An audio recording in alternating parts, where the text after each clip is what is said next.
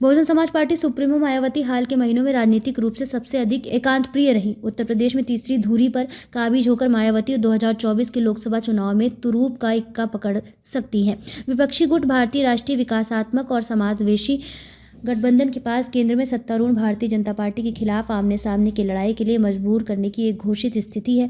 मुख्य उद्देश्य को साकार करने की व्यवहार्यता को कमी को स्वीकार करते हुए विपक्षी गुट ने इस इच्छा को हवा दी कि बसपा को समूह का हिस्सा होना चाहिए। 2019 का लोकसभा चुनाव राष्ट्रीय राजनीति में भाजपा के लिए चरम पर था, क्योंकि भगवा दल ने संसद के निचले सदन में कुल 303 सीटें हासिल की। 2019 में उत्तर प्रदेश में बीजेपी की सीटों की संख्या में गिरावट देखी गई थी। 2014 के लोकसभा चुनाव में भाजपा ने यूपी में लगभग 42% वोट शेयर हासिल किया था, लेकिन कुल 71 संसदीय क्षेत्रों में तब्दील हो गई थी। 5 साल बाद भाजपा को लगभग 50% वोट शेयर मिला, लेकिन भगवा दल द्वारा जीत गई सीटों की संख्या घटकर 62 रह गई। यह अंतर बसपा के विपक्षी गुट में शामिल होने के कारण हुआ।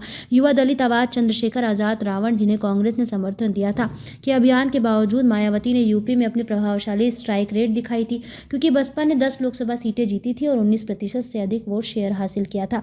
लखनऊ में देश भर के पार्टी नेताओं की बैठक के बाद मायावती ने एक विस्तृत बयान जारी किया था, जिसमें उन्होंने विपक्षी नेताओं को फटकार लगाई थी जो उनके बाड़े में बैठने के आलोचक थे। उन्होंने कहा, विपक्षी नेताओं को ऐसी टिप्पणियां नहीं करनी चाहिए जिसके लिए उन्हें बाद में पछताना पड़े, क्योंकि कोई नहीं जानता कि 2024 के लोकसभा चुनाव के बाद किसके समर्थन की जरूरत पड़ सकती है। 2024 के लोकसभा चुनाव में बसपा को रणनीतिक स्थिति में लाने के लिए इसे बहुत चतुराई से कहा गया है। इसका मतलब यह है कि मायावती एक ऐसी स्थिति पर नजर रख रही हैं जिससे वह उस स्थिति में संतुलन को झुका सके। जब केंद्र में दोनों में से कोई भी गठबंधन लोकसभा में बहुमत का आंकड़ा पार करने में लड़खड़ाता है। और इसके अलावा मायावती ने कहा कि बसपा पूरी तरह से एक धर्मनिरपेक्ष पार्टी है। राजनीतिक पर्यवेक्षकों द्वारा इसे फिर से यूपी में दलित और मुस्लिम संयोजन के साथ अति पिछड़ी जातियों के साथ अपनी सोशल इंजीनियरिंग पर काम करने की मायावती की सावधानी पूर्वक योजना के रूप में देखा जाता है। गौरतलब है कि 18% दलित वोट आधार पर मायावती की पकड़ है और पश्चिमी उत्तर प्रदेश में मुस्लिम परंपरागत रूप से बसपा को भाजपा के विकल्प के रूप में देखते हैं। समाजवादी पार्टी और कांग्रेस को पश्चिमी यूपी में अपने अपने वोट आधार में गिरावट देखने को मिली है, लेकिन मायावती का लोकसभा अकेले जाना बीजेपी के लिए भी फायदेमंद हो सकता है।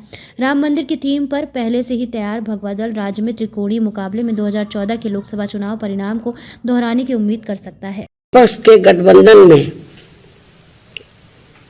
बीएसपी सहित अन्य जो भी पार्टियां शामिल नहीं हैं,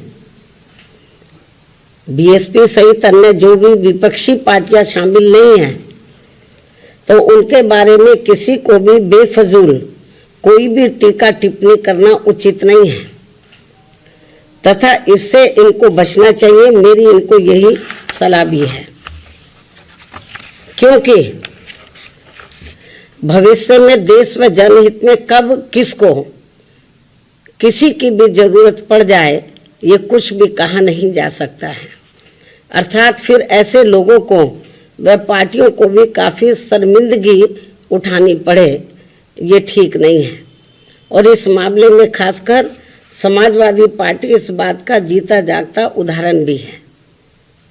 इसके अलावा यहाँ मैं ये भी कहना चाहूँगी कि हमारी पार्टी पूर्ण रूप से धर्मनिरपेक्ष पार्टी है और यहाँ अपने देश में विभिन्न धर्मों को मानने वाले लोग रहते हैं तथा उनके अपने अलग अलग से आस्था के अनेकों स्थल बने हैं, जिन सभी का हमारी पार्टी हमेशा सम्मान करती रही है और आगे भी करती रहेगी।